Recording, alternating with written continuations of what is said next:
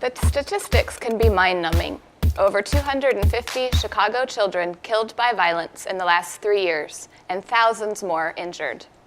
But Reverend Susan Johnson and the congregation at Hyde Park Union Church decided to do something about it.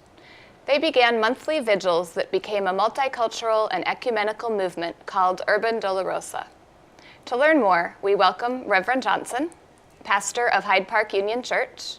We also welcome Reverend Phil Blackwell, senior pastor at First United Methodist Church, Chicago Temple, where one of the Urban Dolorosa memorial services was held.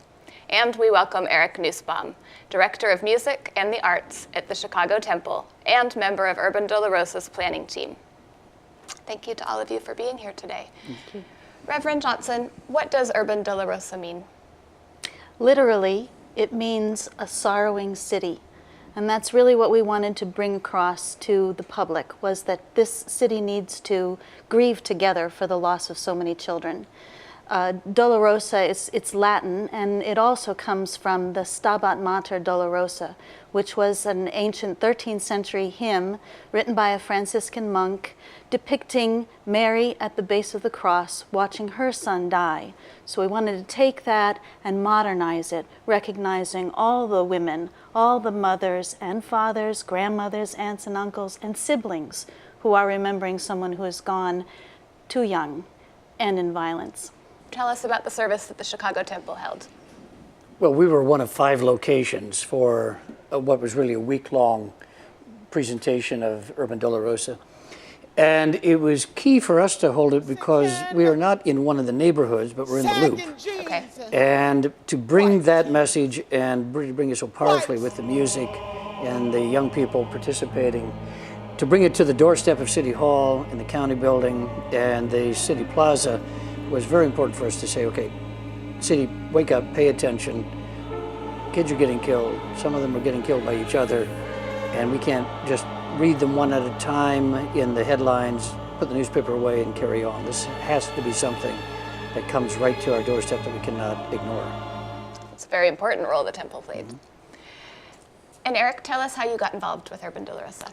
Well, I know the composer, Father Von Fail, and so he just asked me to be part of it along the way. And so I helped Father Fail get some musicians in place, and members of my choir joined with other choir members to help form the adult choir that was one of the groups of the performance musically.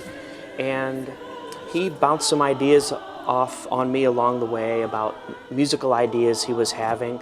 But most of all, it was just to be part of the performances and well, just to help him out musically, you know, from the musical perspective. Okay. The arts definitely can speak to sorrow. I think it's one of the important things in this is this was an artistic expression of a public trauma, and it so often gets expressed in other terms. But sometimes you can reach people through music and drama that will not be reached in other ways. And I thought that was the really powerful poetry that you provided and the music that Vaughn provided that said, okay, here's a way to tell this story that's not just another protest in front of a police station. This is another way to tell it. And yet one of the challenges was how to make it multicultural and how to make it multi-generational, how to reach young people and the older folks that are raising them and that are their teachers and that are the social workers and arts directors of after-school programs, a whole range of folks. How to recognize both what's going on in African American communities and their styles of grieving and worshiping, and also Hispanic communities. Most of the children who have died are either Hispanic or African American, so we really wanted to be sensitive to that. And yet Father Vaughn's a classical composer. Yeah, you have a little bit of everything. One of the things we said to ourselves was, well, so perhaps we need to bring in visual images and theater so that we don't lose people who sometimes may find the classical form of music foreign. So as we gathered, particularly with some of the parents, we said what we really wanted to do was have it be like a film score. When you're often listening to classical music, but you feel yourself drawn along because there are pictures. And so we engaged Carlos Ortiz, the photographer, to provide the visual images. Eric, can you say more as a musician about the use of the arts and how that might have touched youth?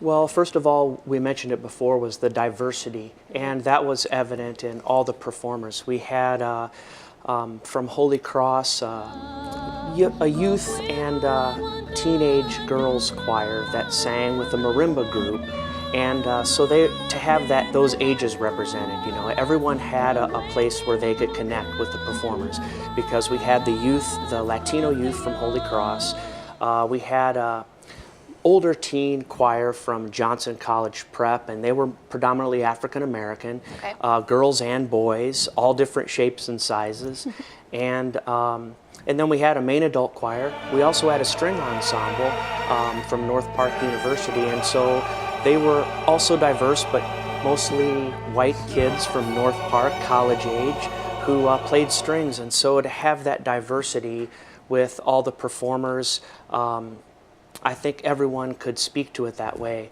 I guess if I would talk more about the music too, it was an easy project to believe in right from the start. I don't think anyone hesitated when Susan asked us, when Vaughn asked us to be part of this. I don't think anyone hesitated. But the music is unsettling.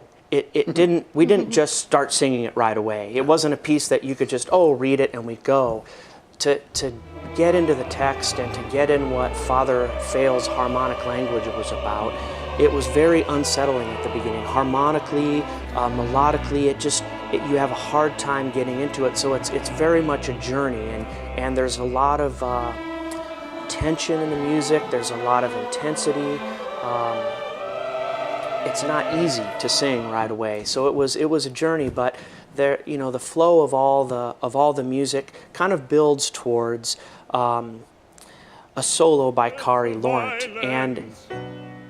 but that's spiritual based. It's based on the spiritual "Were You There?" But the words are, "We weren't there. We weren't there by Mary's side." And then it goes on to a lament about Madonna's, where we invite people to grieve with us. The words invite us in. It's a little more melodic and sweeping, a little bit easier to sing, but there's, again, a 7/4 time signature that keeps us a little disjointed at the same time. But so the music really peaks towards Kari's lament, where he's going around the congregations and singing this passionate lament.